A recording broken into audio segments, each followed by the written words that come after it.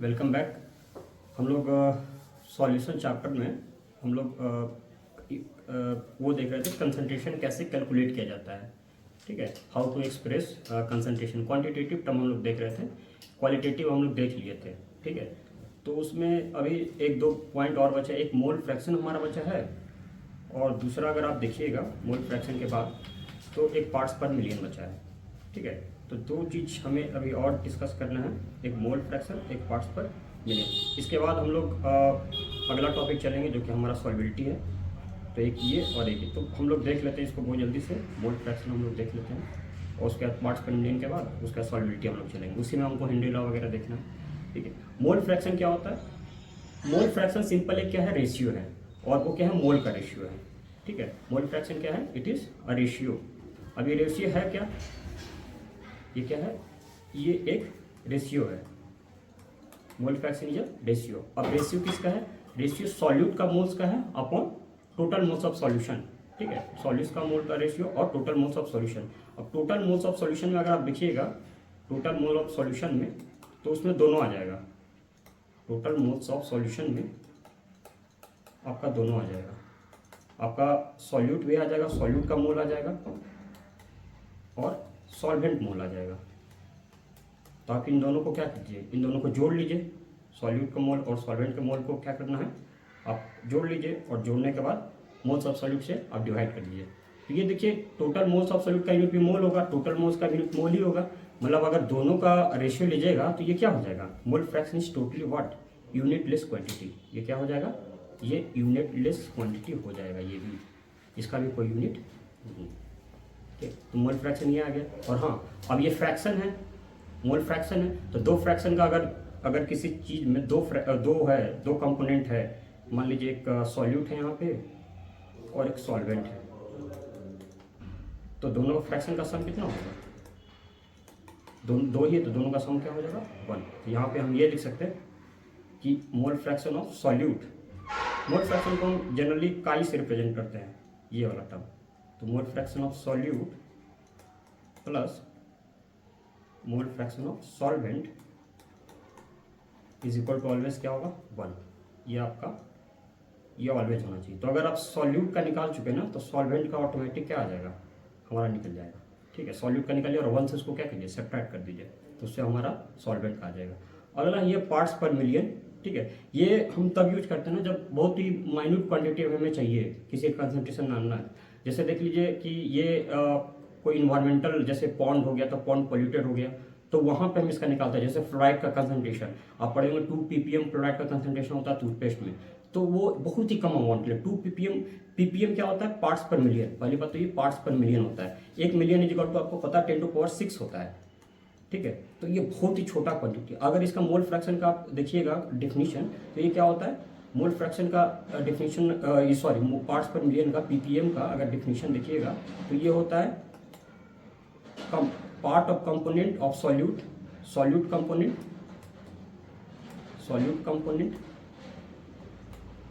Upon solution component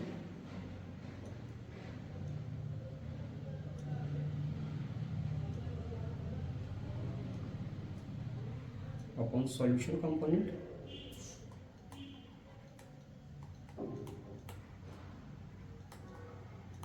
into 10⁻⁶, into 10⁻⁶। आप इसको सबसे सिंपल में आप क्या करना है ना, कि सबसे सिंपल में अगर लेने के लिए ये करना है कि ppm निकलता कैसे है,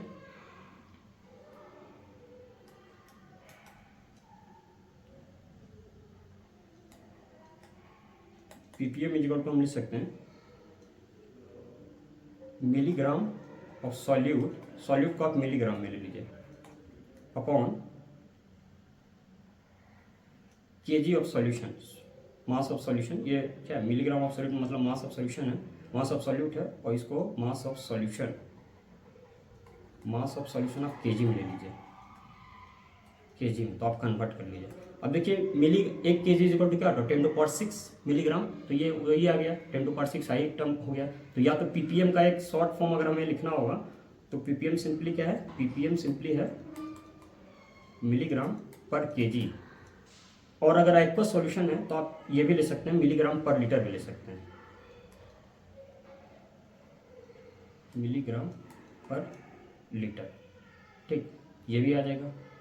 तो ये हमारा क्या हो जाएगा, पीपीएम हो गया। तो पीपीएम के लिए हमें दो चीज़ पढ़ना है, एक मिलीग्राम पर, और एक्वस सॉल्यूशन है, एक्वस मतलब वाटर है। वाटर के लिए पता होगा आपका डेंसिटी 1 ग्राम पर ml होता है। तो लगभग जो मास होता है वाटर का वही क्या होता है, वॉल्यूम होता है। ऐसे तो 0.98 होता है, हम लोग कॉमन वो नहीं लेते हैं ज़्यादातर। तो ये हमारा ये जो एक्सप्रेशन ऑफ कंसंट्रेशन ये हमारा अभी यहाँ खत्म हो गया, दो चीज़ बची हुई थी। अब सॉल्बिलिटी देखिए क्या है, मान लीजिए कि आप एक बीकर लिए हैं और उस बीकर में आपने एक सॉल्यूट लिया, एक सॉल्वेंट लिया। ठीक है, एक सॉल्यूट लिया, एक सॉल्वेंट लिया। अभी हम बहुत सिंप्लिसिटी के लिए सॉल्यूट ऑलवेज या तो सॉल्ट ले रहे हैं या तो शुगर ले रहे हैं। हमें होमोजेनियस सॉल्यूशन पढ़ रहे हैं तो सॉल्यूशन आपको पता है होमोजेनियस मिक्सचर है। ठीक है, तो मतलब अमाउंट सब जगह सॉल्यूट का क्या है, सेम है। तो ये हमारा सॉल्यूट ले लिए, ये शुगर ले लीजिए सॉल्यूट, और सॉल्वेंट में हम अपने यूनिवर्सल सॉल्वेंट ले रहे हैं जिसको बोलते हैं वाटर। अगर आप इन दोनों को डिज़ोल्व इसमें कर दीजिएगा, सॉल्यूट को आप इसमें डाल दीजिए, तो होगा क्या,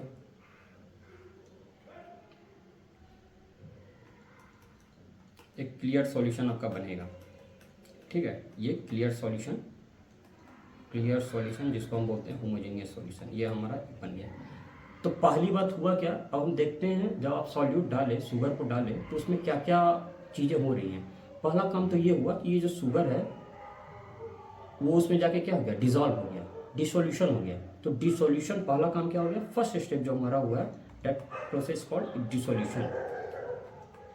ठीक है, देखिए अगर non polar solute polar solute है, नॉन आयनिक है, जैसे शुगर हमारा क्या है, पोलर है बट ये नॉन आयनिक है, मतलब ये आयंस में नहीं टूटते हैं, तो ये डिसोल्यूट होते हैं। और अगर आयनिक रहेगा तो इसको हम बोलते हैं डिसोसिएशन। जैसे अगर NaCl आप सॉल्ट लीजिएगा तो ये Na+ और Cl- में टूट जाएगा। तो यहाँ पे हम शुगर लिए, शुगर C12H22O11, ये हमारा बेसिक शुगर होता है। ठीक है, तो ये आपको देख ही रहे, ये पोलर है, कार्बोहाइड्रेट है, और ये क्या है, पोलर है, यही हम लिए हैं अभी फिलहाल। तो ये जाके पहले डिसोल्यूट करें। अब डिसोल्यूशन होता क्या है, डिसोल्यूशन हुआ क्या कि पहले देखिए ये जो पूरा हम सॉल्वेंट लिए थे तो उसमें शुगर का अमाउंट क्या था, 0 था। बट अब क्या हो गया, इस सॉल्यूशन में बना उसमें क्या हो गया, सॉल्यूट का अमाउंट क्या हो गया, बढ़ा। ठीक है, तो डिसोल्यूशन इज सिंपली व्हाट, अगर इसको बहुत बेसिक कहें तो क्या होगा, solubilization of solute is called dissolution. और हम क्या बोल सकते हैं, और ये बोल सकते हैं, in dissolution concentration of solute, in dissolution concentration of solute increases in solution. ये क्या होता है, increases in solution, increases in solution. ये क्या होता है, इंक्रीजेज इन सॉल्यूशन, ये हमारा सॉल्यूशन में इंक्रीज होता है। अब धीरे धीरे क्या किए, ये एक हमारा शुरू में जब आप थोड़ा सा डाले थे तो ये एक सॉल्यूशन बना। ठीक है, ये हमारा एक सॉल्यूशन बना और इसमें कंसंट्रेशन धीरे धीरे क्या हो रहा है, बढ़ रहा है। तो अब आप क्या कर रहे हैं, अभी मान लीजिए 1 ग्राम डालें, तो अभी ये 100 ml वाटर है, आप शुरू में जो लिए थे ये 100 ml वाटर था। आप क्या कर रहे हैं, 1-1 ग्राम के इंटरवल पे आप 1-1 मिनट के अंदर आप शुगर डालते जा रहे हैं। तो शुरू में क्या होगा, आप डालते जाइएगा और शुगर डिजॉल्व होता जाएगा। तो पहला जो सॉल्यूशन हमारा बना है ना, इसको हम क्या बोलते हैं, अनसैचुरेटेड सॉल्यूशन बोलते हैं। 1 ग्राम डालने के बाद जो हमारा सॉल्यूशन उसको क्या बोलते हैं, अनसैचुरेटेड सॉल्यूशन बोलते हैं। अनसैचुरेटेड मतलब कि वो अभी सैचुरेट नहीं हुआ है, सैचुरेट मतलब फुल नहीं हुआ है। ये सब सिंपल इंग्लिश का टर्म है, जैसे हम कभी बोलते हैं ना, सैचुरेट हो गया खाना खाने के बाद, मतलब अब नहीं खाएंगे, उससे पहले मतलब खा सकते थे। तो ये वहीं से टर्म आया है। तो अनसैचुरेटेड मतलब आप फर्दर आप सॉल्यूट को उसमें डिजॉल्व कर सकते हैं। और solution which further solute can be dissolve is called unsaturated solution. अब आप डालते जा रहे हैं, एक ऐसा टाइम आएगा जब आप फर्दर सॉल्यूट को आप डालिएगा तो क्या हो जाएगा ना, कि सॉल्यूट क्या होगा ना, आपका ये जो बॉटम है उस पर वो डिपॉजिट होना स्टार्ट हो जाएगा। ठीक है, ये बॉटम पे आपका डिपॉजिट होना स्टार्ट हो जाएगा, ये बॉटम पे सॉल्यूट हमारा डिपॉजिट होना स्टार्ट कर देगा। तो इसका मतलब क्या हो रहा है, अब हम जो सॉल्यूट डाल रहे हैं, वो क्या हो रहा है, डिसोल्यूशन नहीं हो रहा है। आप ये सोच सकते हैं डिसोल्यूशन नहीं हो रहा, जाके बॉटम पे डिपॉजिट हो जा रहा है। बट अगर इसको बहुत माइक्रो लेवल पे जाके देखिएगा तो क्या हो रहा है ना, डिसोल्यूशन अभी भी हो रहा है। हो क्या रहा है ना, अब इस कंडीशन पे कि एक और भी टर्म हो रहा है जिसको हम क्या बोलते हैं, क्रिस्टलाइजेशन, साथ साथ चल रहा है, क्रिस्टलाइजेशन। अब क्या किए, अब एक हम क्या कर रहे थे, शुरू में क्या हो रहा था हमारा काम, देखिए शुरू में क्या हो रहा था, शुरू में डिसोल्यूशन हो रहा था, शुरू में क्या हो रहा था, डिसोल्यूशन हो रहा था। बाद में हमारा क्या हो गया, हमारा एक होना स्टार्ट हो गया, क्रिस्टलाइजेशन स्टार्ट हो गया। अब देखिए क्रिस्टलाइजेशन क्या होता है कि सॉल्यूट, दो सॉल्यूट मॉलिक्यूल क्या हो गया, आपस में कोलाइड किया, कोलाइड करने के बाद क्या होगा, वो नीचे डिपॉजिट हो गया, उसको क्रिस्टलाइजेशन बोलते हैं। तो अब फर्दर जब आपका नीचे बॉटम पे जम रहा है, तो उस कंडीशन को, उस समय हम सॉल्यूशन को क्या बोलेंगे, उस समय उस सॉल्यूशन को हम बोलते हैं, जो ये समय है इस सॉल्यूशन को हम बोलते हैं सैचुरेटेड सॉल्यूशन। इस समय हम सॉल्यूशन क्या बोलते हैं, सैचुरेटेड सॉल्यूशन। और ये क्या होता है, ये इस कंडीशन पे ये डायनेमिक होता है। सैचुरेटेड सॉल्यूशन क्या होता है, डायनामिक होता है। डायनामिक मतलब ये स्टैटिक नहीं है। ऐसा नहीं कि आपको एक बार जो आप सॉल्यूट डाल दिए तो बॉटम पे पड़ा हो। वो क्या हो रहा है ना, जो हमारा सॉल्यूट आप डाले हैं वो डिसोल्यूशन भी हो रहा है, बट उसका क्रिस्टलाइजेशन और डिसोल्यूशन का रेट क्या हो रहा है, दोनों सेम हो रहा है। ठीक है, क्रिस्टलाइजेशन। तो अगर आप सॉल्यूट, अगर बाय द वे आप कलरफुल ले लिए, ये सॉल्यूट मान लीजिए, चीनी को आप क्या कर दीजिए, या आप जो चीनी डाले हैं, ये जो शुगर डाले हैं, इसको आप क्या कर दीजिए, रेड कर दीजिए।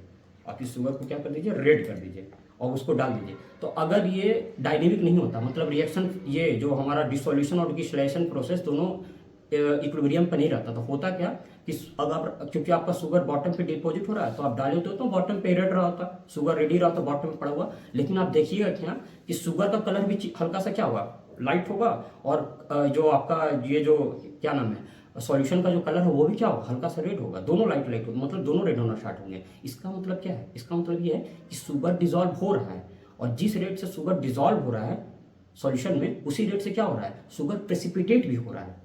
ठीक है, दोनों रेट क्या हो रहा है, इक्वल हो रहा है। तो सैचुरेटेड सॉल्यूशन पे क्या होगा, सैचुरेटेड सॉल्यूशन पे अगर आप बनाइएगा तो हमारा क्या हो रहा है, सॉल्यूट प्लस सॉल्वेंट, ये जो हमारा है सॉल्यूट प्लस सॉल्वेंट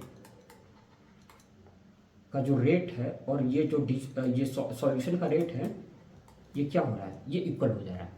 ठीक है, तो ये इक्विलिब्रियम कंडीशन है आपका सैचुरेटेड सॉल्यूशन वाला। अब हमारे पास दो कंडीशन अभी आप पढ़े हैं। पहला कंडीशन तो क्या पढ़े, पहला आप ये पढ़े डिसोल्यूशन क्या होता है, फिर आपने अनसैचुरेटेड सॉल्यूशन पढ़ा। अनसैचुरेटेड सॉल्यूशन वो था जिसमें आप फर्दर अभी सॉल्यूट को डिसॉल्व कर सकते थे। फिर आपने सैचुरेटेड सॉल्यूशन पढ़ा जिसमें आप फर्दर डिसॉल्व आप नहीं कर सकते हैं गिवन टेम्परेचर पे। 25 डिग्री से रूम टेम्परेचर हो गया, the solution at in which no further solute can be added at a given temperature is called saturated solution. तो हम सैचुरेटेड पढ़े, अनसैचुरेटेड पढ़े। अब क्या कीजिए, जो अब इसमें अभी तो डिसॉल्व हो रहे हैं, आप इसको क्या कीजिए, टेम्परेचर, इसको बीकर को बर्नर कर दीजिए, तो टेम्परेचर धीरे धीरे बढ़ेगा। आप देखिएगा कि नीचे जो बॉटम में जो हमारा ये था सॉल्यूट था डिपॉजिट, वो क्या हो गया, डिसअपेयर हो जाएगा। इसका मतलब क्या होगा, डिसोल्यूशन फिर चलना स्टार्ट हो गया। आपको ये पता है 11th में कि आप टेम्परेचर अगर आप चेंज करते हैं तो इक्विलिब्रियम कंडीशन क्या होता है, डिस्टर्ब होता है। तो यही हो रहा है यहाँ पे। और आपका, हाँ, ये चीज़ ये याद रखिए कि सॉल्यूट का जो सॉलिड का जो डिसोल्यूशन प्रोसेस है, घुलने की जो प्रक्रिया है सॉल्यूशन में, वो क्या है, इंडोथर्मिक प्रोसेस है।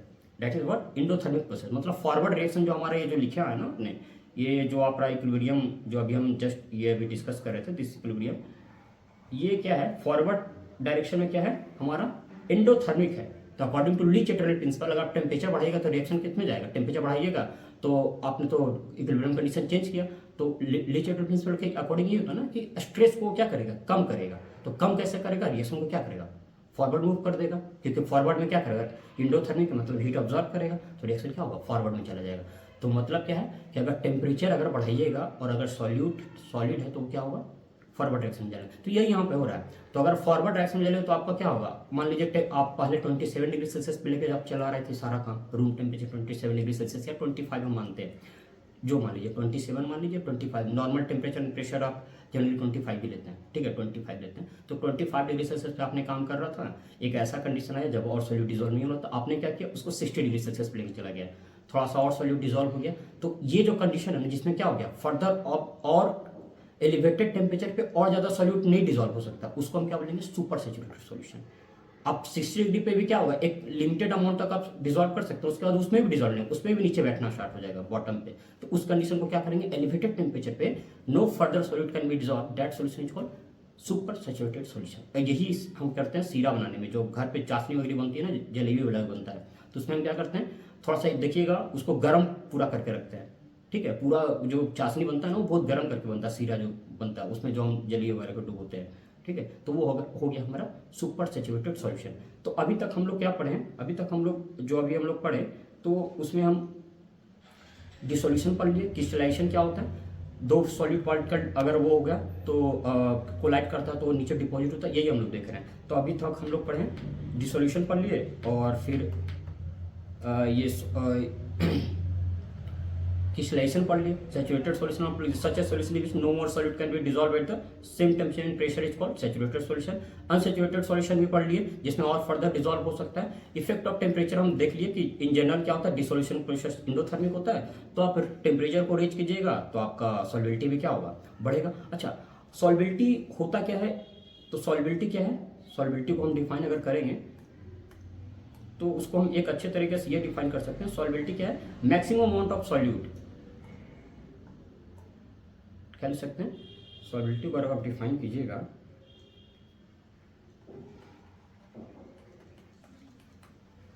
तो ये हो जाएगा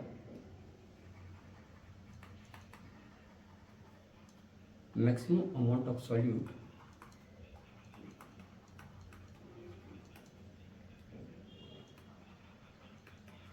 that can be dissolved in a solution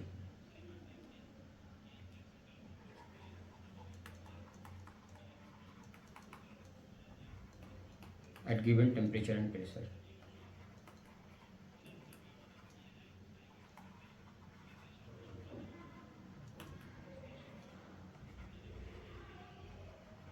तो ये हम लोग देख चुके हैं, ठीक है, हम लोग सॉल्युबिलिटी वगैरह देख चुके हैं। अब एक इफेक्ट ऑफ, अच्छा प्रेशर, अगर इफेक्ट का प्रेशर देखिएगा सॉल्युबिलिटी पे तो इसका कोई ज़्यादा इफेक्ट होता नहीं। आपको ये पता है कि सॉलिड और जो लिक्विड होता है ना, सॉलिड तो बहुत इनकम्प्रेसिबल है, बहुत ज़्यादा।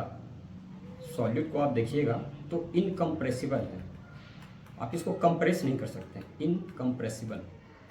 लिक्विड थोड़ा बहुत है बट इन कंपेरिजन अभी भी लिक्विड का जो प्रेशर है ना वो बहुत कम है सॉलिड और लिक्विड का, तो प्रेशर पे इस पर कोई ज़्यादा इफेक्ट नहीं होता। अगर आप प्रेशर बढ़ाइएगा तो सॉलिड और लिक्विड का जो हमारा सॉलिबिलिटी होता है उस पर कोई ज़्यादा इफेक्ट नहीं होता है। तो सॉलिड का जो इफेक्ट ऑफ प्रेशर अगर आप देखिएगा, इफेक्ट ऑफ प्रेशर, तो हम क्या लिखेंगे, ये आपका MCQ में पूछा जाता है कि किस जो हमारा ये डिसोल्यूशन प्रोसेस है जनरली वो किस पे इफेक्ट करेगा, तो मेजोरिटी में टेम्परेचर पे करता है। और अगर सॉलिड का आपसे पूछ रहा है तो सॉलिड में प्रेशर का नहीं लेंगे। हाँ, गैसियस आप लीजिएगा, आगे पढ़िएगा ये हेनरी लॉ वगैरह, तो गैसियस पे इफेक्ट होता है प्रेशर का, बट यहाँ पे सॉलिड पे, अगर सॉल्यूट क्या है, सॉल्यूट, अगर सॉल्यूट हमारा अगर सॉलिड है तो इसका नो इफेक्ट होगा, नो इफेक्ट।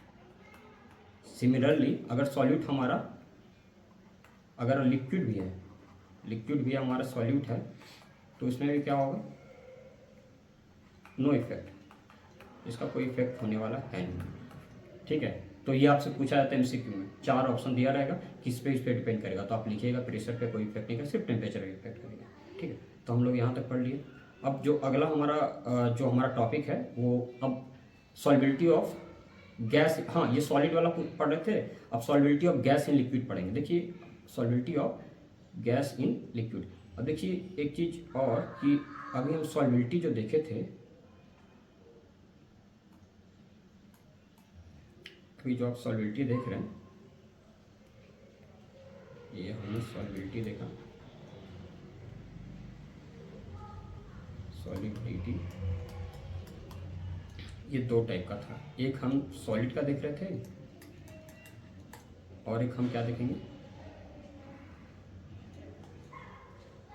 गैस का, इन लिक्विड हम देख रहे हैं, और यहाँ सॉलिड इन लिक्विड देख रहे थे। सॉलिड हमारा क्या है, सॉल्यूट है, और लिक्विड हमारा क्या है, ये जी सॉल्वेंट है, और यहाँ पे गैस क्या है जी, ये भी सॉल्यूट है, और लिक्विड भी हमारा क्या है, सॉल्वेंट है। तो ये हमारा क्या था, अगर इसका टेबल बनाइएगा तो इफेक्ट ऑफ टेम्परेचर, टेम्परेचर का अगर देखिएगा तो ये क्या था, solubility increases, temperature increase, temperature increase है तो ये भी बढ़ेगा। इफेक्ट ऑफ, अगर हम क्या देख रहे थे, प्रेशर देख रहे थे, इफेक्ट ऑफ प्रेशर देख रहे थे, तो हम क्या देख रहे थे, इस पर नो इफेक्ट। ठीक है, अब हम गैसेज इन लिक्विड का देखेंगे। तो अब इसका हम देखेंगे गैसेज इन लिक्विड। अगर आपका सॉल्यूट क्या है, गैस है, और हमेशा सॉल्वेंट हमारा क्या है, लिक्विड है, तब क्या होगा। ठीक है, तो इसका बाद में हम देखिए ये टेबल कंप्लीट करेंगे। अब देखिए, आप एक चीज़ देखिए,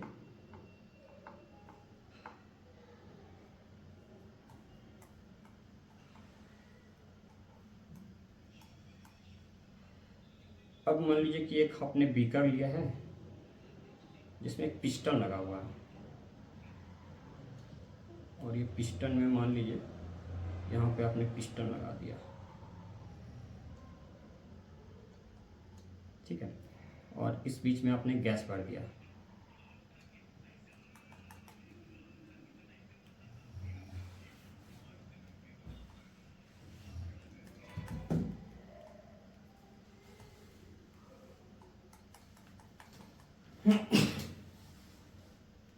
इस बीच में क्या है, इस बीच में गैस है, और इस बीच में क्या है, लिक्विड है।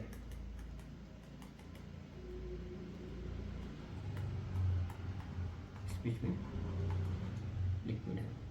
अब इसी को क्या किए, इसी सेम बीकर था, आपने क्या किया कि कंप्रेस कर दिया इसको। जो आप पिस्टन है ना, पिस्टन का पोजीशन यहाँ पे आ गया मान लीजिए।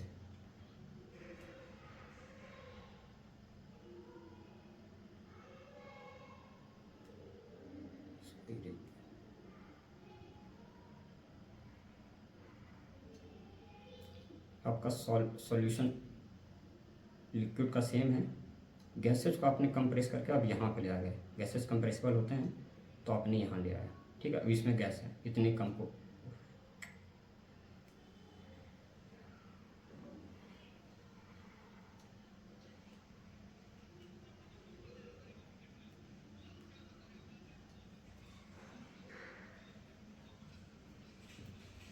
सॉल्यूशन में कोई अंतर नहीं आया, अभी भी सॉल्वेंट इसी में है।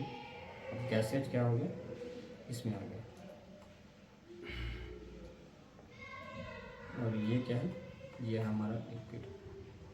अब देखिए हुआ क्या, हुआ ये क्या कि पहले ये जो हमारा इसमें वॉल्यूम ज़्यादा था गैसेस का, तो ये जो टकरा रहा था ना इस इंटरफेस से, यहाँ पे क्या हो रहा था, सॉल्यूट और सॉल्वेंट के बीच में क्या हो रहा था, कोलिजन हो रहा था। तो कम गैस मॉलिक्यूल क्या हो रहा था, यहाँ पे कोलिजन हो रहा था। कम गैस मॉलिक्यूल का यहाँ पे जो कोलिजन हो रहा था ना, यहाँ पे कोलिजन जो होना है यहाँ पे, वो कम गैस मॉलिक्यूल का हो रहा था। अब जब प्रेशर आप बढ़ा दीजिए, मतलब कंप्रेस कर दिए, तो अब क्या हो गया, Surf per unit surface area जो है हमारे इस लिक्विड का जो इंटरफेस है, मतलब सॉल्यूट और सॉल्वेंट का जो मिलने का जो जगह है उसी को इंटरफेस बोलते हैं। तो वहाँ पे जो कोलिजन की जो रेट होगी ना, अब वो क्या हो जाएगी, बढ़ जाएगी। तो पहले कोलिजन से कुछ क्या हो रहा था, यही हो रहा था हमारा, कुछ गैसेज क्या हो रहे थे ना, ये जो गैसेज हैं वो लिक्विड में जाने के बाद वो क्या हो रहे थे, सॉल्यूशन बना ले रहे थे। ठीक है, तो पहले कम गैसेज मॉलिक्यूल कोलाइड कर रहे थे, तो सॉल्यूशन में गैस का अमाउंट क्या था, कम था।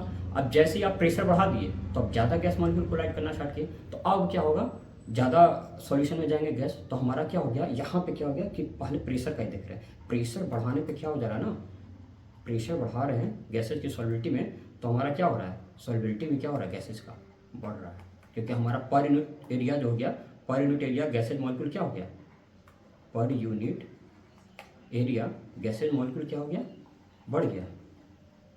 गैसेज इंक्रीज कर गया, तो ज़्यादा कोलिजन होगा, तो ज़्यादा क्या हो जाएगा, हमारा सॉल्विलिटी हो जाएगा।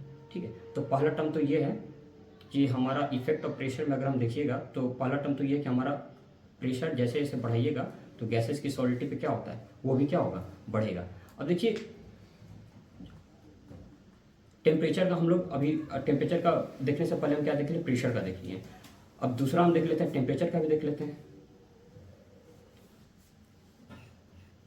अब देखिए टेम्परेचर अगर बढ़ाइएगा ना, तो क्या होता है ना, गैसेस का जो ये होता है, सॉलिड वाला आप देख रहे थे क्या, सॉलिड वाला हम लोग ये देख रहे थे कि सॉलिड वाला इंडोथर्मिक होता है। सॉलिड वाला जो सॉलिबिलिटी होती है ना लिक्विड में, वो क्या था, दैट इज इंडोथर्मिक। आपका हीट क्या होगा, एब्जॉर्ब होगा। लेकिन अगर गैसेज वाला है ना, तो ये क्या होता है ना, एक्सोथर्मिक होता है, मतलब हीट रिलीज होगा। ठीक है, तो हमारा एक ऐसा कंडीशन आएगा, यहाँ भी सैचुरेटेड सॉल्यूशन बनेगा जिसमें क्या होगा, गैस और सॉल्यूशन का क्या होगा, इक्विलिब्रियम आ जाएगा। और ये प्रोसेस आपको क्या है, एक्सोथर्मिक है। तो टेम्परेचर बढ़ाइएगा तो क्या होगा, अच्छा ये फॉरवर्ड रिएक्शन एक्सोथर्मिक है तो बैकवर्ड क्या होगा, इंडोथर्मिक होगा। टेम्परेचर बढ़ाए तो रिएक्शन क्या होगा, बैकवर्ड जाएगा, मतलब गैसेस बनेगा, सॉल्यूशन से गैस निकलेगा। तो ये क्या हो गया, ये हो गया हमारा घट रहा है यानी सॉल्बिलिटी। तो यहाँ पे क्या होगा, अपोजिट होगा। सॉलिड में क्या हो रहा था कि आप टेम्परेचर बढ़ा रहे थे, सॉल्बिलिटी बढ़ रही थी, लेकिन गैसेज में क्या होगा, टेम्परेचर बढ़ाइएगा तो सॉल्बिलिटी क्या होगी, घटेगी। और यही आपसे या तो बोर्ड एग्जाम में तो बहुत आता है इससे क्वेश्चन, आपसे सीविट वगैरह में आप देख लीजिएगा, इससे एमसीक्यू में आता है कि ग्लोबल वार्मिंग का मेन अगर कोई वो है ना कि क्यों क्यों ग्लोबल वार्मिंग हमारे लिए क्या है, बेनिफिशियल नहीं है। अब होता क्या है ना कि खासकर जो वो ऐसी कंट्री जो फिश, जिनकी इकोनॉमी फिश पे बहुत ज़्यादा डिपेंडेंट है, मतलब सी फूड पे, तो क्या होगा, ग्लोबल वार्मिंग होगा। तो अभी आपको बताएं कि टेम्परेचर बढ़ाने से गैसेज की सॉल्बिलिटी क्या होती है, घटती है, ठीक है, क्योंकि वो एक्सोथर्मिक है, ये घटेगी। तो अब क्या होगा, हमारा जो फिशेज होते हैं ना, वो वाटर से क्या करते हैं, ऑक्सीजन लेते हैं। फिशेज जो होते हैं, हमारा सी वाटर है, उसी में क्या है, ऑक्सीजन डिजॉल्व है, इसी से हमारा वो ऑक्सीजन ले रहा है गिल से, ठीक है। अब जैसे जैसे टेम्परेचर बढ़ाइएगा तो ऑक्सीजन का अमाउंट क्या होगा, इसमें ऑक्सीजन यहाँ से निकल जाएगा, तो ऑक्सीजन का अमाउंट घटेगा। अब बड़ी फिशेज है, अमाउंट क्या होगा, घट जाएगा। तो तुरंत अगर उनकी फिजियोलॉजी में चेंजिंग नहीं आई, इवोल्यूशन नहीं हुआ, तो मर जाएंगी ना। तो बड़ी फिशेज का खात्मा होने घटेगा ग्लोबल वार्मिंग से। तो ये एक बड़ा रीज़न है कि हम टेम्परेचर ग्लोबल वार्मिंग को कंट्रोल करना चाह रहे हैं। गैसेज की सॉल्बिलिटी क्या होती है, वो होती है। अब एक एग्जांपल और देख लीजिए कि प्रेशर वाला, जैसे हम सोडा ड्रिंक में देखते हैं ना, बॉटल लेते हैं तो सोडा जो बॉटल होता है ना, उसको जैसे कोल्ड ड्रिंक वगैरह हो गया, सोडा बोतल मतलब थम्सअप जो भी हो गया, तो वो क्या करता है, हाई प्रेशर पे हम क्या करते हैं, उसको फिल करते हैं। जैसे आप घर पे लाते हैं तो घर पे आपका प्रेशर जो रूम प्रेशर होता है 1 ATM, वो आ जाता है। वो जनरली 10 ATM पे ये मान लीजिए भरा गया है, ये 10 ATM पे फिल किया गया है, और यहाँ पे आ गया हमारा 1 ATM। तो अब प्रेशर क्या होगा, घट गया। तो प्रेशर घटने पे क्या हो गया, सॉल्बिलिटी भी घटेगा गैसेज की, तो तुरंत गैसेज क्या होंगे, बाहर निकलेंगे। तो इसके साथ साथ आपका वाटर ही बाहर आ जाता है। तो ये हमारा दो कंडीशन देख लिए। तो हम इसको हम क्या करेंगे, जो अभी हम अपना टेबल बनाए थे वो कंप्लीट कर देते हैं, यही बनाया था ना, हाँ। तो इसमें इफेक्ट ऑफ टेम्परेचर अगर हम देख लेते हैं तो हम अपोजिट हो जाएगा। इसमें क्या होगा, सॉल्बिलिटी अगर बढ़ेगा, सॉल्बिलिटी पहले टेम्परेचर देख लेते हैं, टेम्परेचर बढ़ेगा, टेम्परेचर बढ़ेगा तो अपोजिट हो जाएगा, सॉल्बिलिटी क्या होगा, घटेगा। और इफेक्ट ऑफ प्रेशर में क्या देखेंगे कि इसमें क्या होगा, प्रेशर बढ़ा रहे हैं आप तो सॉल्बिलिटी भी क्या हो रही है, बढ़ रही है। तो ये हमारा तो हो गया, एक काम का है हमारा, ये हो गया, ठीक है, गैसेज और लिक्विड दोनों के लिए। तो ये तो हमारा कंप्लीट हो गया। अब हम हेनरी लॉ देख लेते हैं, ठीक है। तो हेनरी लॉ क्या कहते हैं, हेनरी लॉ के अकॉर्डिंग, हेनरी और एक्चुअली ये जो लॉ है ना, हेनरी और डॉल्टन का सेम ही लॉ है, ठीक है। तो इस अकॉर्डिंग, ये लॉ के अकॉर्डिंग ये है कि कांस्टेंट टेम्परेचर अगर आप लीजिएगा तो सॉल्बिलिटी ऑफ गैस क्या है, अगर पार्शियल प्रेशर ऑफ गैस, आप देखें ना, सॉल्बिलिटी ऑफ गैस और partial pressure of gas, solubility of gas is directly proportional to partial pressure of gas above the solution. आप जो लिए हैं ना, उसके पार्शियल प्रेशर ऊपर कितना गैस है उस पर डिपेंड करेगा। देखिए कहना क्या चाह रहा है कि आप लिए हैं एक, मान लीजिए बीकर, आप लिए हैं एक बीकर लिया आपने, और इसमें क्या किया, यह हमारा सॉल्वेंट पड़ा हुआ है, और इसके ऊपर आपने गैस ले लिया, मान लीजिए ये इंटरफेस पे आपने गैस भर दिया, ठीक है। तो गैसेज इसमें कितना आएंगे, इसमें इसको मोल फ्रैक्शन में हम देख सकते हैं, गैसेज हैं तो मान लीजिए मोल फ्रैक्शन में आप देख लिए, तो मोल फ्रैक्शन ऑफ गैस इसमें कितना आया, वो डायरेक्टली प्रोपोर्शनल टू क्या होगा, partial pressure of gas above the solution. यहाँ पे कितना पार्शियल प्रेशर है गैस का, यहाँ पे गैस का प्रेशर कितना है उस पर डिपेंड करेगा, ठीक है। तो P हमारा क्या है, partial pressure of gas, according to Henry law क्या, P partial pressure of gas directly proportional क्या है, mole fraction of solute in solution, mole fraction of solute in solution. तो हम क्या लिख सकते हैं इसको, अगर वो प्रोपोर्शनलिटी कांस्टेंट हटाइएगा तो P इक्वल टू क्या लिखते हैं, एक प्रोपोर्शनलिटी कांस्टेंट आते हैं KHX, ठीक है, x हमारा मोल फ्रैक्शन। तो KH क्या है हमारा, इसी को हम क्या बोलते हैं, KH को क्या बोलते हैं, हेनरी कांस्टेंट। और ये टेम्परेचर पे क्या होता है, डिपेंड करता है, nature of solute and solvent सब पे डिपेंड करेगा। तो KH हमारा क्या है, अच्छा ये तो आपको पता है कि जो मोल फ्रैक्शन हमारा है वो क्या है, एक एक्सप्रेस करने का तरीका है किसी कंसंट्रेशन ऑफ सॉल्यूशन को। तो आप इसको और अगर मोलैरिटी में भी करना चाहते हैं ना, तो आप ये भी लिख सकते हैं, P इज इक्वल टू कि H into C, C is equal to हमारा क्या, कंसंट्रेशन इन मोलैरिटी, ये भी आप लिख सकते हैं। लेकिन हाँ, अब यूनिट ऑफ केस चेंज हो जाएगा, यहाँ पर मोल वाला आएगा, यहाँ पर एटीएम वाला आएगा, ये सही है। ये दोनों क्या होगा, चेंज करेगा, यूनिट हमारा चेंज करेगा बिल्कुल। उसी अकॉर्डिंग हमारा वो सी लेंगे या एक्स लेंगे, यूनिट पर डिपेंड करेगा। तो ये हो गया हमारा हेनरी लॉ। तो हेनरी लॉ सिंपली क्या है,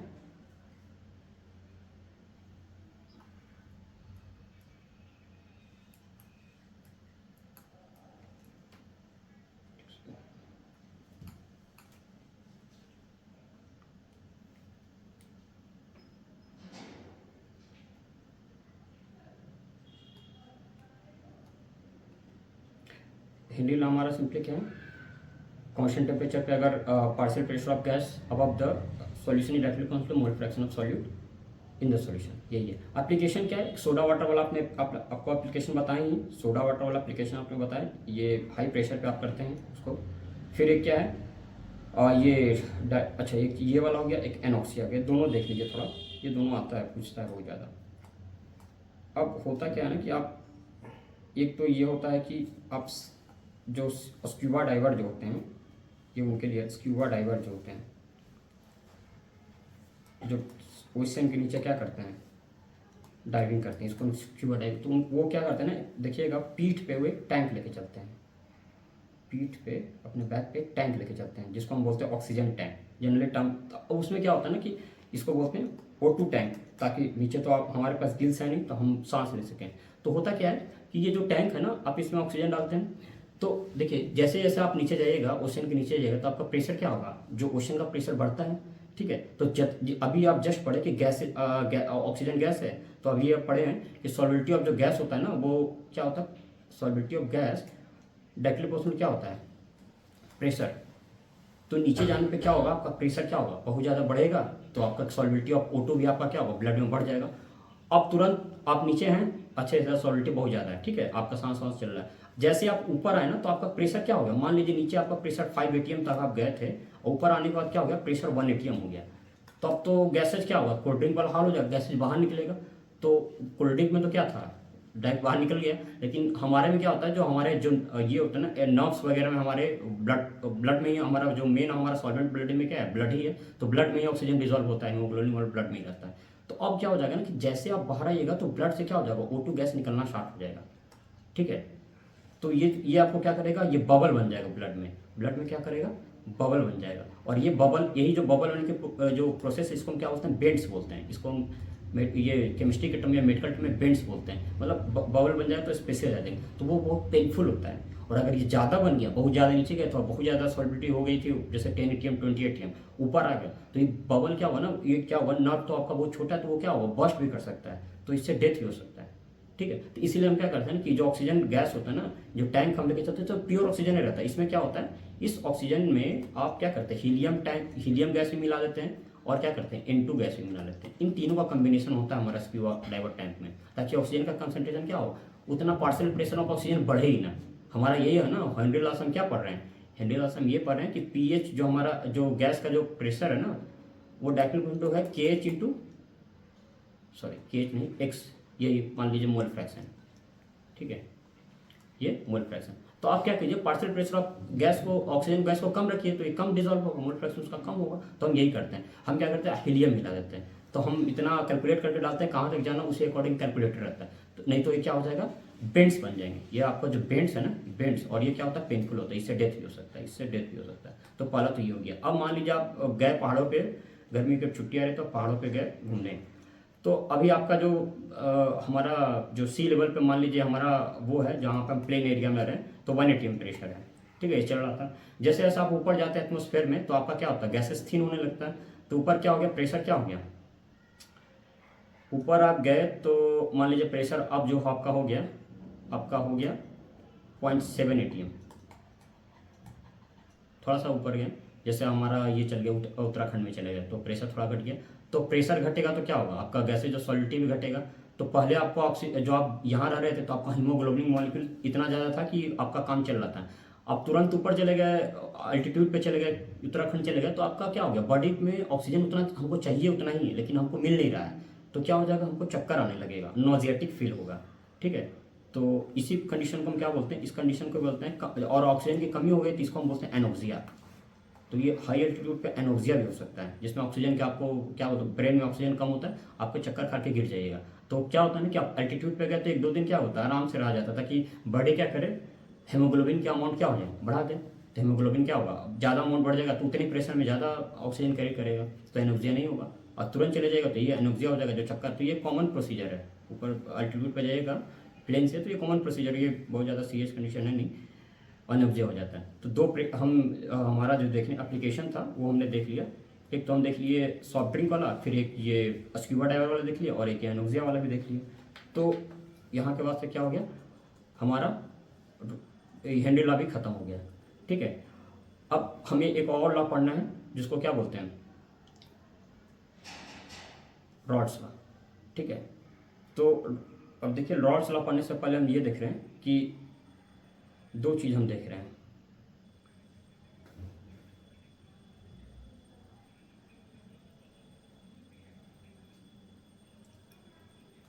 हम देखते हैं कि आखिर हमारा लिक्विड कितने टाइप के होते हैं। देखिए, एक आप ले लीजिए, एक बीकर में आप ले लीजिए वाटर ले लीजिए, और एक बीकर में आप ले लिए, मान लीजिए नेल पॉलिश रिमूवर, जिसको बोलते हैं एसीटोन होता है उसमें जनरली, नेल पॉलिश रिमूवर हम लिख रहे हैं उसको एसीटोन लिख रहे हैं। और एक में आपने क्या किया,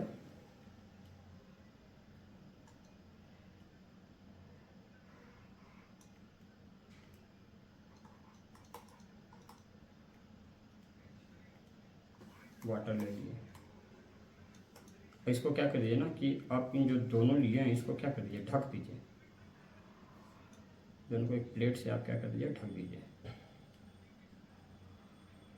ठीक है, तो होगा क्या कि देखिएगा, थोड़ी देर बाद क्या होगा ना कि इसको थोड़ा देर बाद ढकने के बाद यहाँ पे आप जब इसको उतारिएगा तो यहाँ पे कुछ आपको ड्रॉपलेट दिखेंगे। ये तो हमारा कंडेंसेशन हुआ, ये बहुत देर बाद दिखेगा। अभी हम जब देखिएगा तो आप ये ढकिएगा ना, तो देखिएगा ना कि अब ये ढकने के बाद क्या होता है ना कि कुछ, ये जब आप भर दिए तो कुछ क्या होता है ना, यहाँ से जो वाटर मॉलिक्यूल होता है वो क्या होता है, गैस में कन्वर्ट हो जाता है, और हमारा यहाँ पे क्या हो जाएगा, यहाँ पे कुछ वाटर मॉलिक्यूल गैस में चला जाएगा, और यहाँ पे क्या होगा,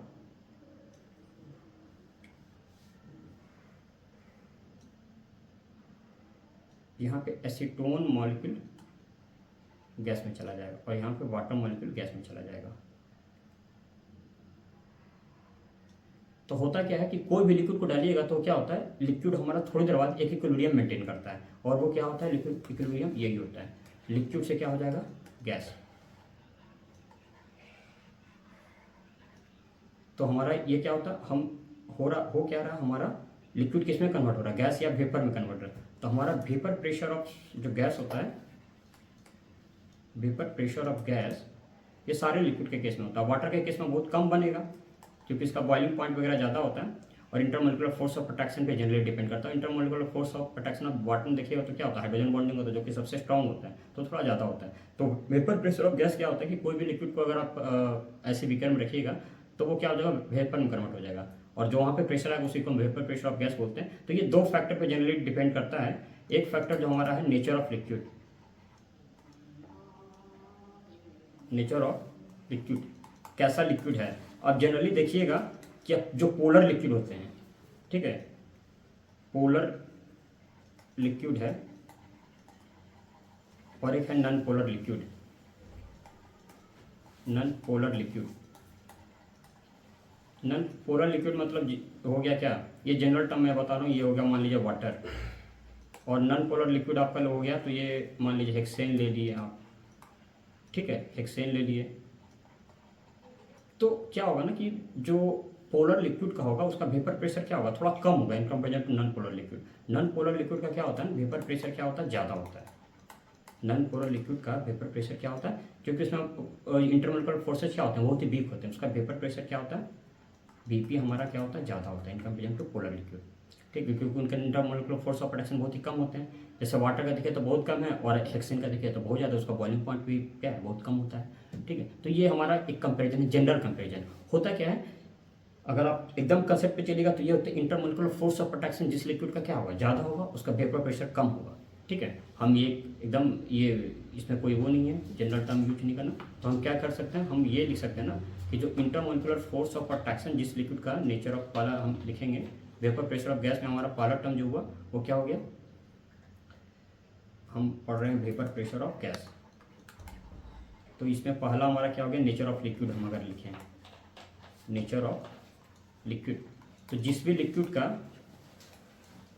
इंटरमोलिकुलर फोर्स ऑफ अट्रैक्शन बढ़ेगा, इंटरमोलिकुलर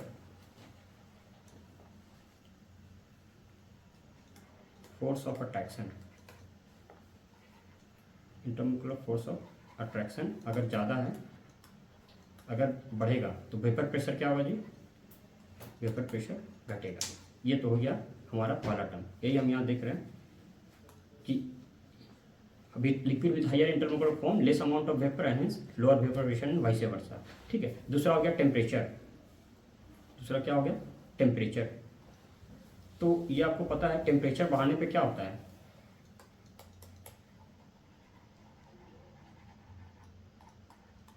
अब देखिए लिक्विड क्या होता है ना कि हमारा इसमें मॉलिक्यूल के बेसिस में स्पेसेस थोड़े ज़्यादा होते हैं, तो आप इन कंपेरिजन टू सॉलिड, तो मान लीजिए आप टेम्परेचर बढ़ाइएगा तो इस लिक्विड का क्या होगा, एक एक मॉलिक्यूल का काइनेटिक एनर्जी बढ़ेगा, तो और ज़्यादा तेज से मूव करेगा, तो इंटरमोलिकुलर फोर्स ऑफ अट्रैक्शन क्या होगा, घटेगा। तो टेम्परेचर बढ़ाइएगा तो होता है कि इंटरमोलिकुलर फोर्स पे लेके चलिए दोनों को, तो टेम्परेचर बढ़ाने पे क्या होगा, इंटरमोलिकुलर फोर्स ऑफ अट्रैक्शन क्या होगा, इंटरमोलिकुलर फोर्स ऑफ अट्रैक्शन घटेगा। इंटरमोलिकुलर फोर्स ऑफ अट्रैक्शन ये घटेगा, दिस विल डिक्रीज। और आपको ये पता है अभी ऊपर आप देखें कि नेचर ऑफ लिक्विड में कि अगर इंटरमोलिकुलर फोर्स ऑफ अट्रैक्शन घटेगा तो वेपर प्रेशर भी घटेगा, तो ये घट रहा है तो वेपर प्रेशर भी घट रहा है, ये घट रहा है तो वेपर प्रेशर भी घटेगा, यानी टेम्परेचर का क्या इन्वर्सली प्रोपोर्शनल है। तो वेपर प्रेशर ऑफ लिक्विड एक अगर हम यहाँ से लिखे एक वो बना दें हम वेपर प्रेशर ऑफ लिक्विड का, तो अगर हम बनाएं तो क्या होगा, ज़्यादा होगा क्या, टेम्परेचर यहाँ पे इंटरम, अच्छा ये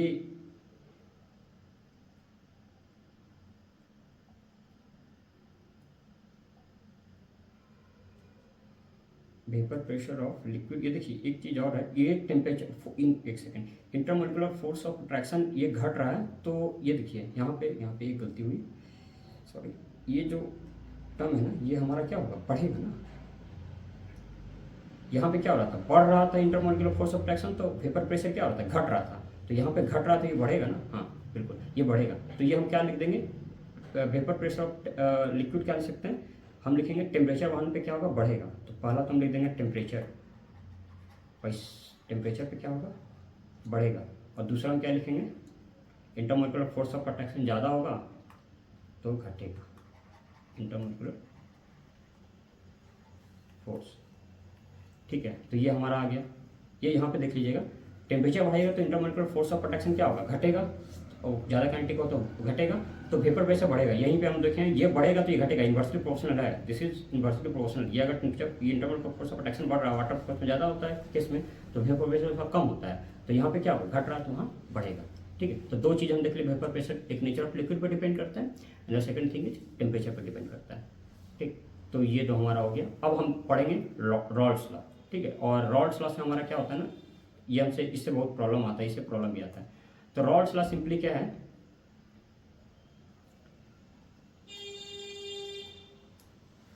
उससे पहले हम एक चीज़ देखते हैं रॉल्स लॉ से पहले कि हम होता क्या है। देखिए रॉल्स लॉ भी हमें पढ़ना है, अगला टॉपिक हमारा जो है वो है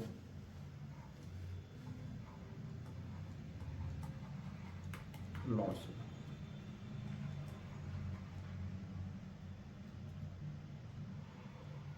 तो हम अभी जो वेपर प्रेशर का देख रहे हैं उस पर दो केस लेते हैं। पहला केस क्या ले लिए हैं कि हमारा जो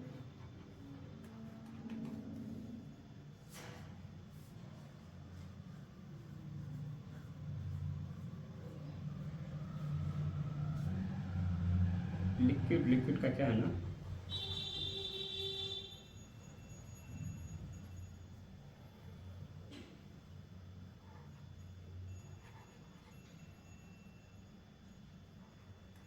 सॉल्यूशन ऑफ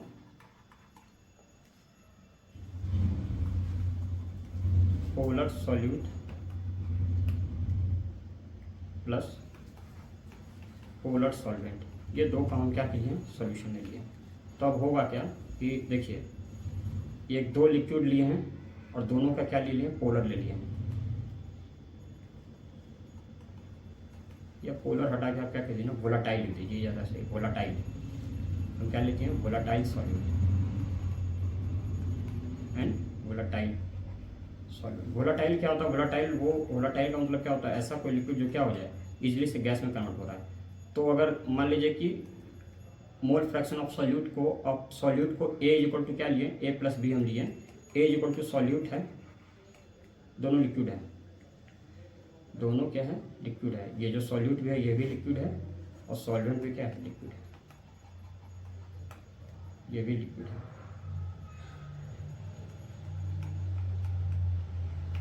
तो ये ए सॉल्यूट के लिए ले रहे हैं तो आप इसको क्या लीजिए, बी सॉल्वेंट के लिए ले लीजिए। तो अभी हम क्या पढ़िएगा कि इसका जो टोटल प्रेशर आएगा, और ये मान लीजिए कि जो पी नॉट ए है ये पोलर वोलाटाइल सॉल्यूट है, तो पी नॉट ए इसका क्या है, आइडियल मतलब प्योर लिक्विड का वो है, प्योर सॉल्यूट का जो प्रेशर है, वेपर प्रेशर, वो पी नॉट है, ठीक है। और इसका क्या है, पी नॉट पी है, ठीक है। तो अब क्या होगा, दोनों हमारा जो वेपर प्रेशर कंट्रीब्यूट होगा, टोटल प्रेशर आएगा, टोटल प्रेशर वो क्या आ जाएगा, P not A X A plus P not B x P आएगा। ये हम हेनरी लॉ से लिख चुके हैं। ये टोटल प्रेशर ऑफ गैस क्या होगा, P not A X A plus P not B x P, ठीक है। दोनों कंट्रीब्यूट करेगा क्योंकि दोनों वोलाटाइल है। अब सेकेंड केस में हम क्या करेंगे, सेकेंड केस हमारा एक लिए जिसमें हम क्या कर दिया, नॉन वोलाटाइल सॉल्यूट ले लिए। हम क्या करिए, केस सेकेंड ले लीजिए, और इस केस में क्या किया ना, नॉन वोलाटाइल सॉल्यूट लिए हैं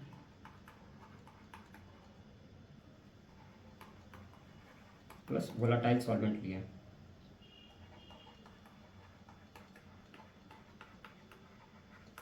तो पहले केस में क्या था, P S is equal to आ रहा था पी नॉट ए एक्स ए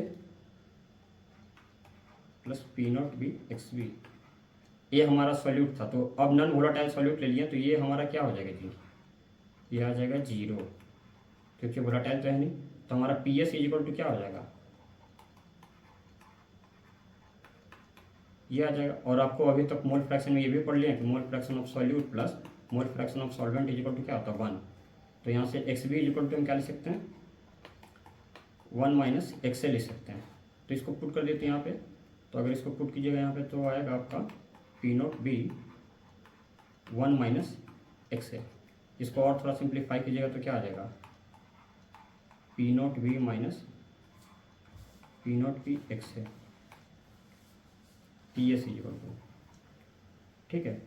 तो अगर इसको और अच्छे से लिखिएगा सिंप्लीफाई करके तो ये हो जाएगा P not B X A is equal to हो जाएगा P not B minus P S, ठीक है। तो X A is equal to क्या हो जाएगा, mole fraction of solute is equal to क्या हो जाएगा, P not B minus P S upon P not be.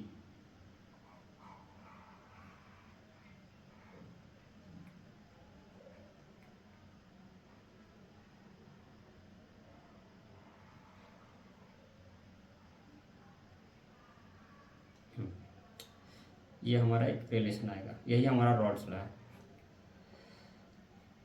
तो एक चीज़ और दूसरी बात ये है कि जो हमारा P not B minus P S है upon P not B upon P not B, इसको हम बोलते हैं relative loading of vapour pressure.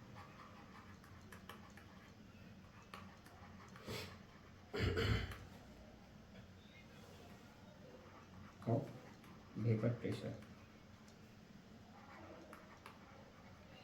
Relative loading क्यों बोल रहे हैं, देखिए हमारा जो आप बीकर लिए थे ना उसमें दोनों था, एक नॉन पोलर सॉल्यूट था, नॉन वोलाटाइल सॉल्यूट था, एक वोलाटाइल सॉल्यूट था। अब देखिए जो हमारा ये जो वेपर प्रेशर वाला होता है, मान इवेपोरेशन ही तो है ना, तो इवेपोरेशन क्या है, सरफेस फिनोमेना है।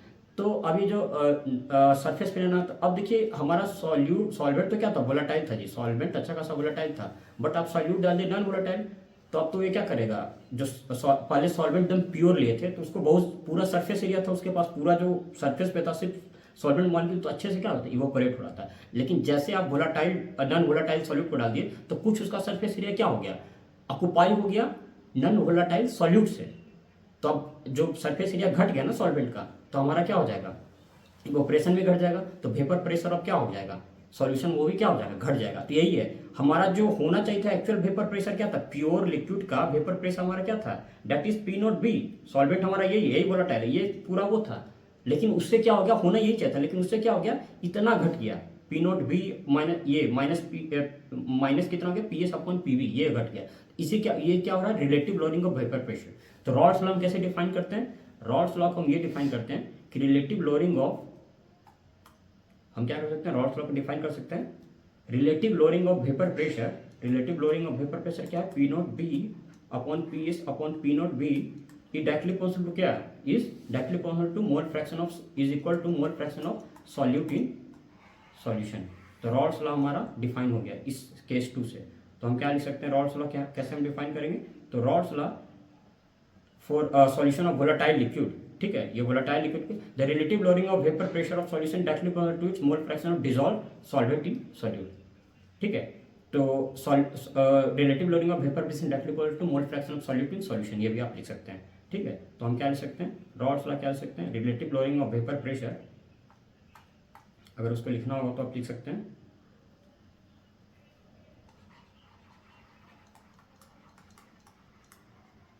Relative loading of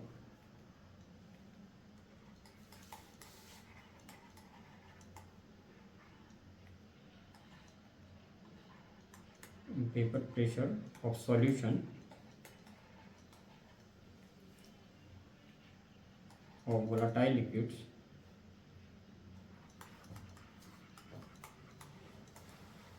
it is directly proportional to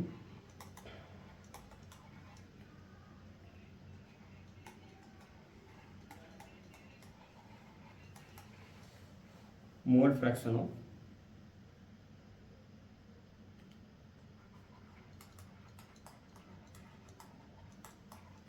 solute, ठीक है, ये हमारा रॉल्स हो गया। अब इसके अकॉर्डिंग हमारा क्या होता है, दो टाइप का सॉल्यूशन हमको मिलेंगे रॉल्स लॉ के, वो सॉल्यूशन क्या हो जाएंगे, दो सॉल्यूशन हो जाएंगे, एक हो जाएंगे हमारे आइडियल सॉल्यूशन,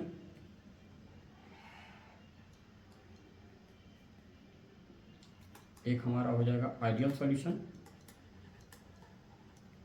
और एक दूसरा हो जाएगा हमारा non ideal solution.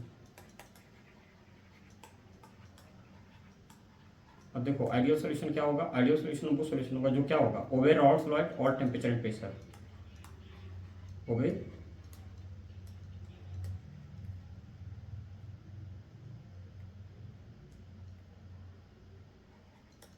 Rawls law all temperature and pressure.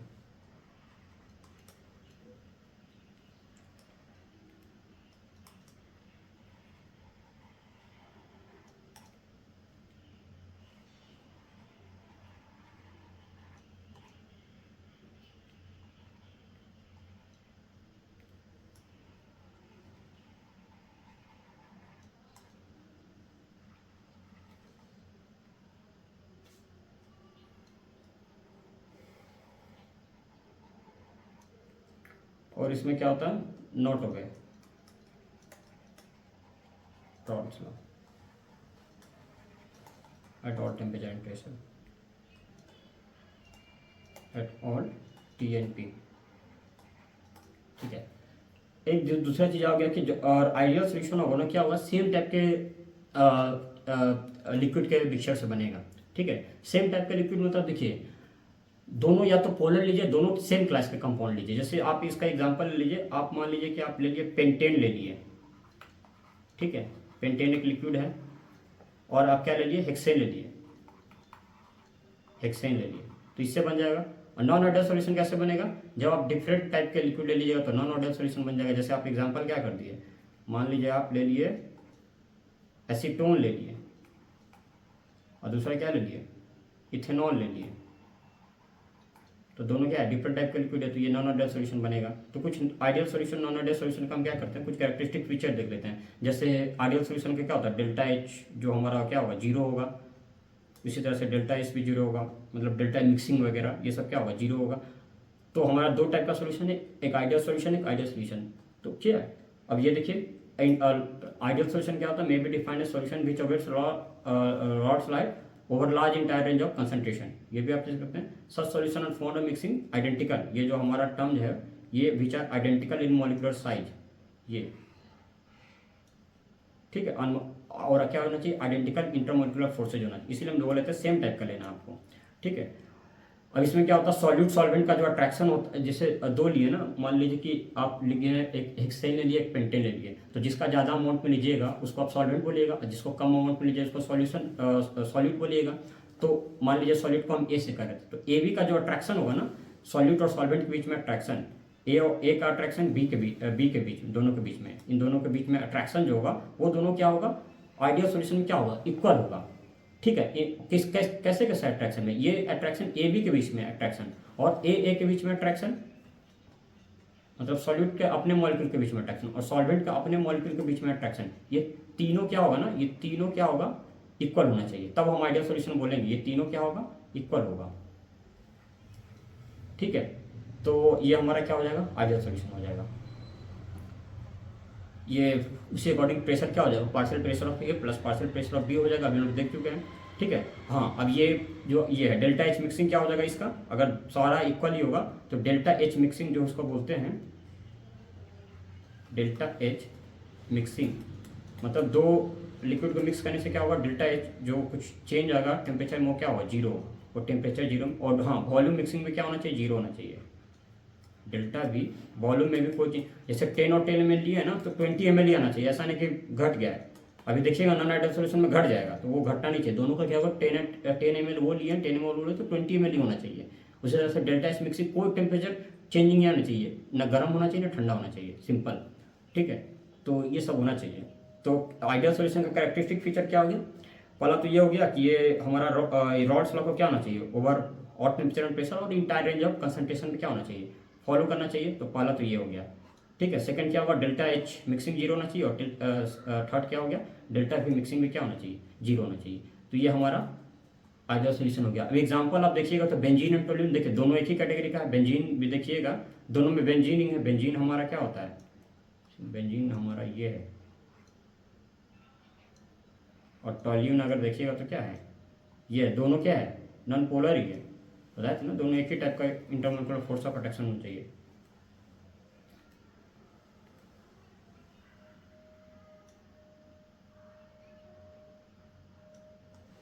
ये हमारा क्या है, टोल्यूइन है, दोनों का एक ही है, तो ये आइडियल सॉल्यूशन मानेंगे। हेक्सेन और हेक्टेन, ये 6 कार्बन का, ये 7 कार्बन का, दोनों एक ही कैटेगरी, दोनों क्या है, ये अल्केन है। ब्रोमोइथेन एंड दोनों आइडोथेन, दोनों क्या है, एल्किल हैलाइड है। क्लोरोबेंजीन एंड ब्रोमोबेंजीन फिर दोनों क्या है, एरिल हैलाइड है। तो दोनों सेम कैटेगरी का है, दोनों एक ही कंपाउंड, मतलब एक ही टाइप के कंपाउंड है, तो ये क्या होंगे, आइडियल सॉल्यूशन बनाएंगे, ठीक है। और जो अब ये करते हैं उनको आइडियल सॉल्यूशन बोलते ही हैं, ठीक है। तो ये हमारा आइडियल सॉल्यूशन हो गया। कंपोजिशन आप लोग देख ही चुके हैं। अच्छा हाँ, एक चीज़ और है ना, ये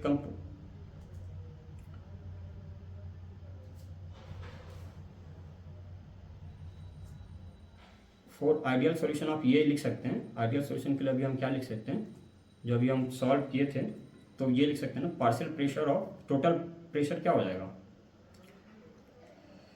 टोटल प्रेशर, इसके लिए हम लिख सकते हैं पी नॉट, अगर सॉल्यूट को ये लिए X A plus P not B X B, ये आएगा आइडियल सॉल्यूशन के लिए, बिल्कुल केस 1 जो हम वहाँ पे डिसाइड किए थे। और अगर नॉन आइडियल सॉल्यूशन के लिए आप लिखिएगा तो वो क्या आ जाएगा, ये आ जाएगा। अब पी एस टोटल प्रेशर नहीं इक्वल किसके नहीं होगा, P not A x F plus P not P x P, ठीक है, जो कि क्या होता है वो डू नॉट अवे होता है, तो इसको हम नॉन आइडियल सॉल्यूशन बोलेंगे। या तो हाइयर हो सकता है या तो लोअर हो सकता है।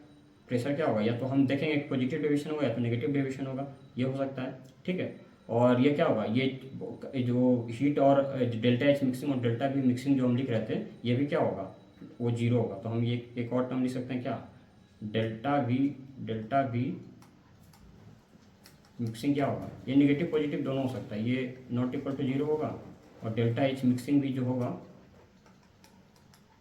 वो भी क्या होगा, नॉट इक्वल टू जीरो होगा, ठीक है। तो ये हम लिख सकते हैं। और पी नॉट ए, हाँ ये इंपॉर्टेंट है, पी नॉट ए भी नहीं इक्वल होगा किसके, पी नॉट ए एक सेकेंड, और पी नॉट बी भी, सॉरी पी नॉट ए नहीं पी ए, हाँ पी बी जो हम लिख रहे थे ये नहीं इक्वल होगा P not P x P. अब देखिए होता क्या है ना कि आइडियल और नॉन आइडियल में अगर आप देखिएगा तो कुछ ऐसा होता है,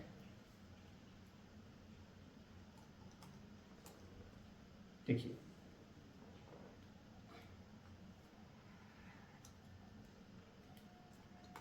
आइडियल हम लिख लीजिए, एक नॉन आइडियल ले लीजिए।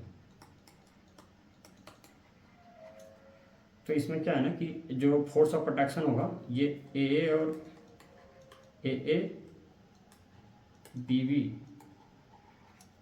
And A B force of attraction जो है क्या है, इक्वल टू सेम,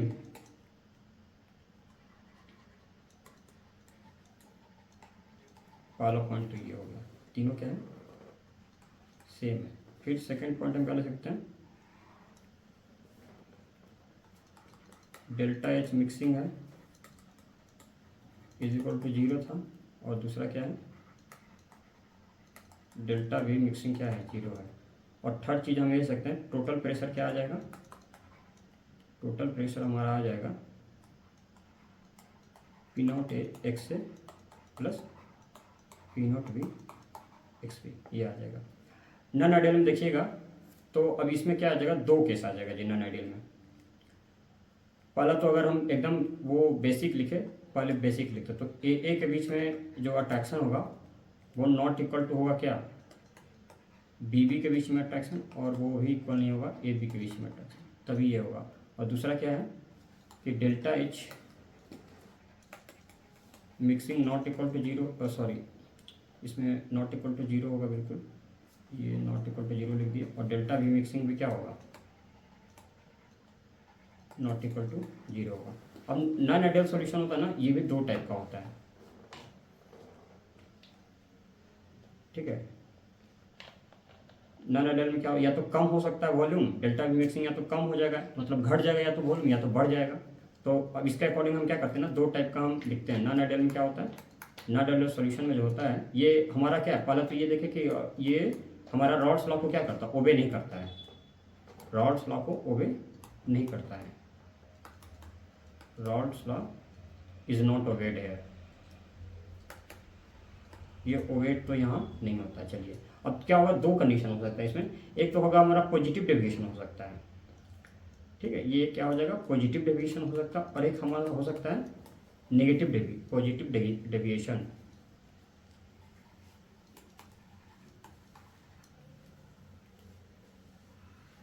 और दूसरा हो सकता है हमारा नेगेटिव डेविएशन।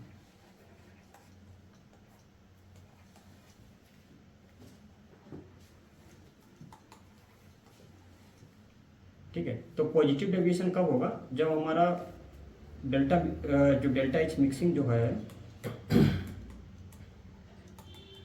ये क्या हो जाए, ग्रेटर देन जीरो हो जाए, मतलब हीट हमारा क्या होगा अब्जॉर्ब होगा। और यहीं पे इस केस में भी क्या होगा, डेल्टा भी मिक्सिंग भी क्या हो जाएगा ग्रेटर देन जीरो हो जाएगा, वहाँ पे इक्वल था ना, यहाँ पे ज़्यादा हो जाएगा। इसी तरह से नेगेटिव में हम क्या लिख सकते हैं, डेल्टा एच मिक्सिंग हमारा क्या हो जाएगा, यहाँ पे हीट रिलीज होगा लेस देन जीरो हो जाएगा, और डेल्टा भी मिक्सिंग भी क्या हो जाएगा, ये भी लेस देन जीरो होगा।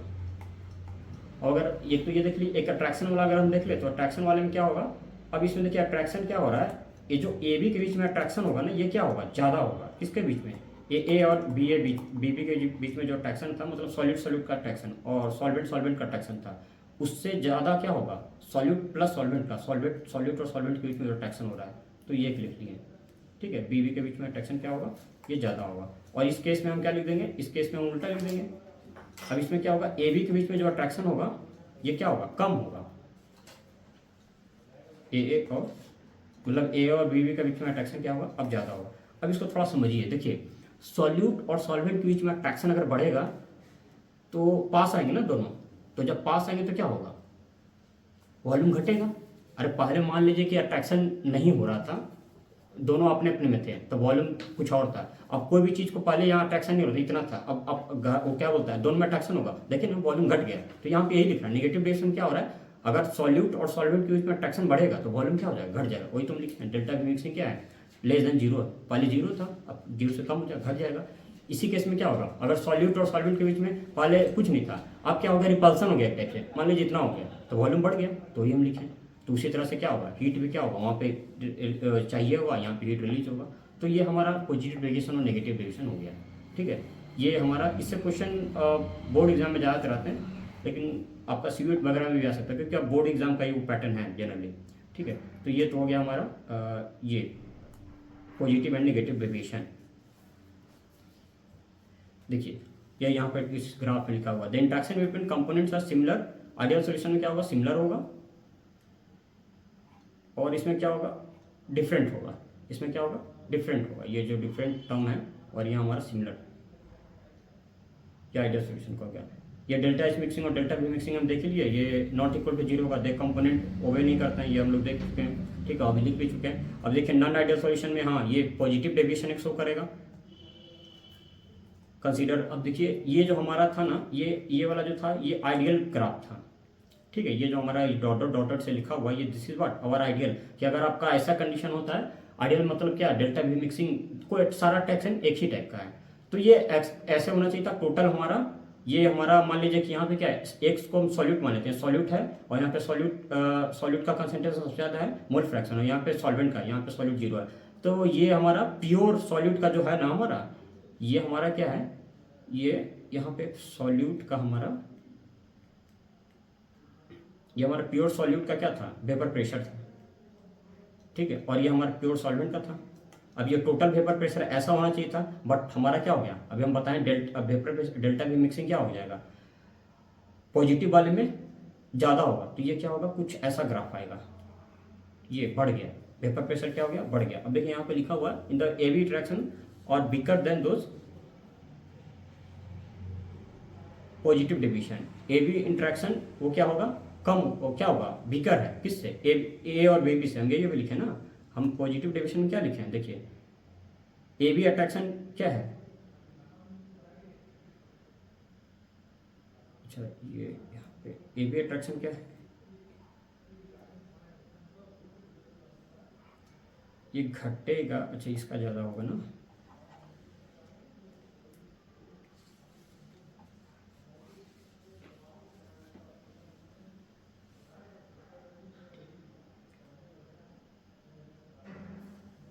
ये एक काम कीजिएगा, यहाँ से ये वाला थोड़ा हटा दीजिएगा, हट जाएगा जितना हटना होगा। यहाँ से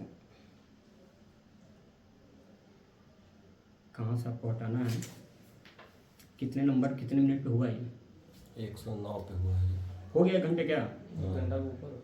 अच्छा तो ऐसे कीजिएगा ना कि, चलिए इसको अभी यहाँ पे क्लोज करते हैं। ये जो ये रॉड्स वाला जहाँ से ख़त्म किया है ना, हाँ चलिए हम बताते हैं आपको, इसको बंद कीजिए, वहाँ से एक दूसरा